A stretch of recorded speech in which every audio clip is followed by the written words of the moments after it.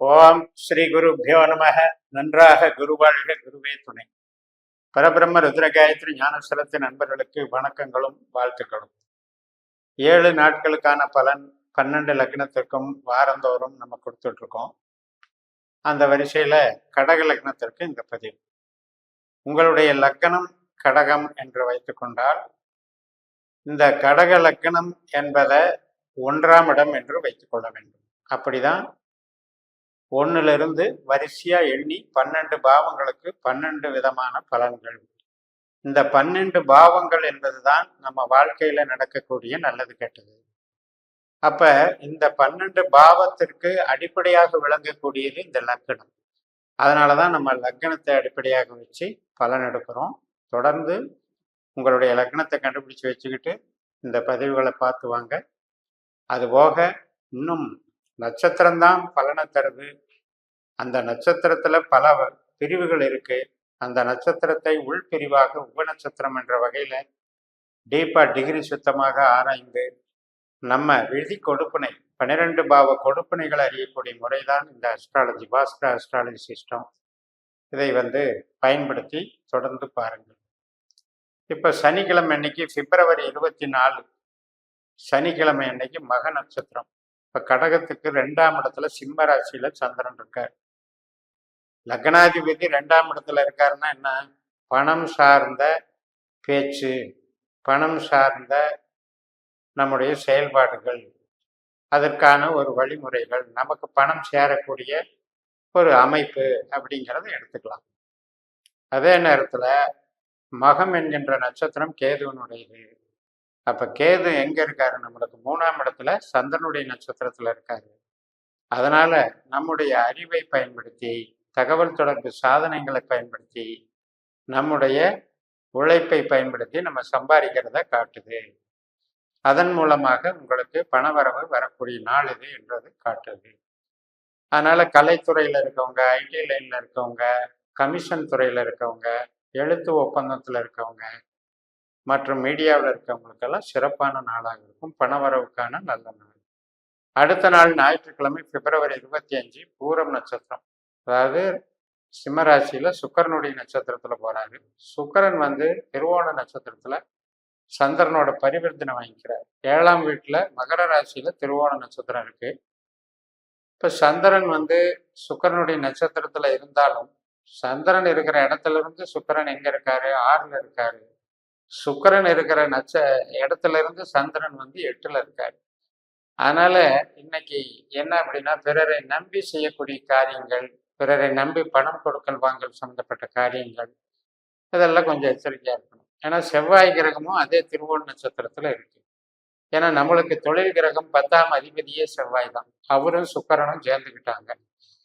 இது வேலை செய்யறவங்களுக்கு நல்ல பலனை தரும். டெக்னாலஜிக்கல் டெவலப்மெண்ட்டு, நுணுக்கமான அறிவு, இதை பயன்படுத்தி செய்யறவர்களுக்கெல்லாம் இந்த சேர்க்கை நல்ல பலனை தரும்.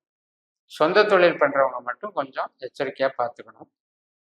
அதே நேரத்துல பருவ கிளர்ச்சிகளுக்கு ஆட்படாமல் கொஞ்சம் பக்குவமாக நடந்து கொள்ள வேண்டிய தருணம் இது.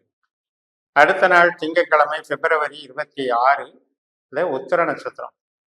கன்னி ராசி நமக்கு 3ஆவது ராசி. அங்க சந்திரன் போயிட்டு இருக்காரு. அப்ப இயல்பாகவே நமக்கு ஒரு 4 பேரை சந்திக்கலாம், பேசலாம், அல்லது பக்கத்தூருக்கு ஏதாவது போய் ஒரு கேன்வாஸ் பண்ணலாம், ஒரு நபரை பார்த்துட்டு வரலாம், இந்த சிந்தனைகள் வரும். ஒரு ப்ராஜெக்டை மாற்றி பண்ணலாம், ஒரு கம்பெனி மாற்றி போகலாம், இப்படி எல்லாம் எண்ணங்கள் வரும். இந்த 3ஆம் இடத்துல இருக்கக்கூடிய சந்திரன் சூரியனாக செயல்படக்கூடிய காரணத்தினால, சூரியன் நம்மளுக்கு 8ல சனி கூட சேர்ந்து யுத்தம் பண்றாரு. சூரியனும் சனியும் யுத்தம் பண்றாரு. அதனால இன்னைக்கு காலகட்டத்துல புது முயற்சிகளை தவிர்த்துக்கோங்க. இந்த மாதிரி ஈடுபாடுகள் மனசுக்கு வந்தாலும் கூட அது சரியா நமக்கு பொருந்தி வராதுங்கிற ஒரு விழிப்புணர்வை வச்சுக்கிட்டு நீங்க ரொட்டீன் ஒர்க்கை மட்டும் கான்சென்ட்ரேட் பண்ணுங்க. மற்றபடி இன்னைக்கு கொஞ்சம் நிதான போக்கை கடைபிடித்தால் நல்லது. கணவன் மனை உறவுலையும் வாக்குவாதங்களை தவிர்க்கணும். ஹெல்த்லையும் கான்சியஸ் வேணும். சூரியன் சனி 8, வண்டி வாகன விபத்துகளையும் கான்சியஸ் வேணும். மற்றபடி இந்த நட்சத்திரம் திங்கட்கிழமை முடிந்து செவ்வாய்க்கிழமை ஹஸ்த நட்சத்திரமாக மாறும்போது நமக்கு லக்னாதிபதியினுடைய நட்சத்திரமாக வந்து விடுகிறது. அப்ப சந்திரன் நட்சத்திரத்துல இருக்கும்போது பலன் அதிகம்.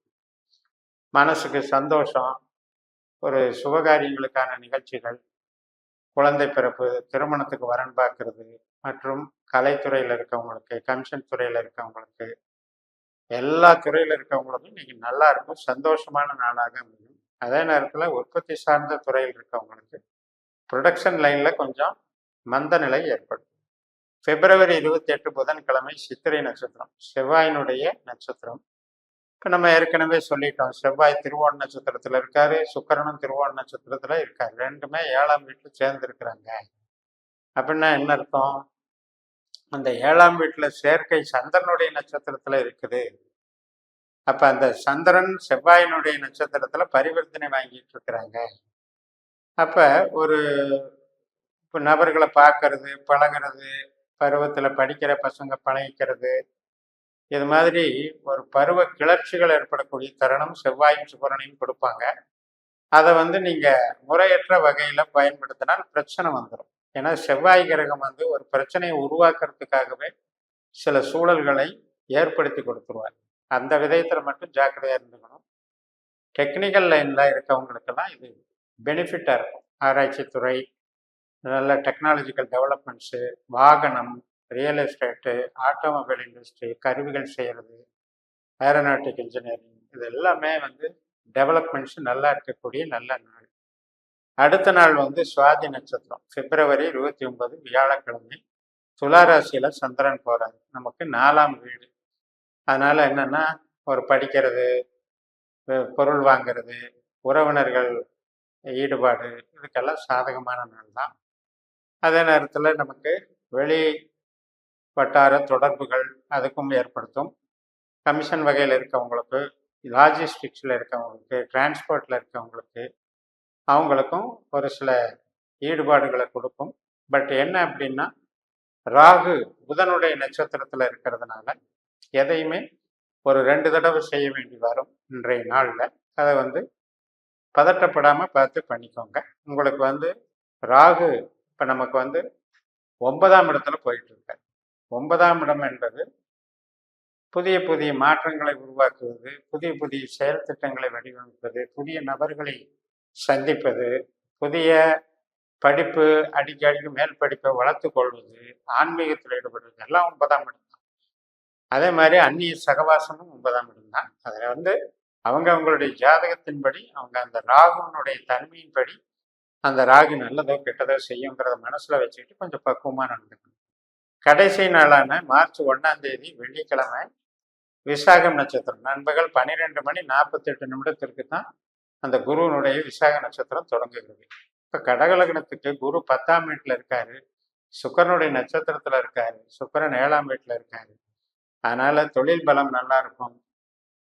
கூட்டு தொழில் செய்கிறவங்க மற்றும் கான்ட்ராக்ட் ஒப்பந்த அடிப்படையில் செய்கிறவங்க எல்லாத்துக்குமே சிறப்பை கொடுக்கும். வாகனம் சார்ந்த தொழில்கள், நிதித்துறை, சட்டத்துறையில் இருக்கவங்க எல்லாத்துக்குமே இன்னைக்கு சிறப்பை கொடுக்கும். 7 நாட்களுக்கு நட்சத்திர ரீதியான பலன்களை பார்த்தோம். நம்ம ஜனன ஜாதகத்தை ஒரு தடவை கணிச்சு உபநட்சத்திரங்களை எல்லாம் கண்டுபிடிச்சி 12 பாவ கொடுப்பனைகளை உபநட்சத்திரங்கள் வாயிலாக தெரிந்து கொண்டு இந்த ஜோதிடத்தை பயன்படுத்தினால் உங்கள் கேள்விகளுக்கெல்லாம் சரியான பதில் கிடைக்கும் என்று கூறி நிறைவு செய்கிறேன். இந்த சேனலை சப்ஸ்கிரைப் பண்ணி ஷேர் பண்ணுங்க. உங்கள் தனிப்பட்ட ஜாதக பலாபலன்களை என்னுடைய வாட்ஸ்அப் நம்பரில் தொடர்பு கொண்டு பலன் பெறுங்கள். உங்களிடமிருந்து விடைபெறுகிறேன். உங்கள் JMS. நன்றி, வணக்கம்.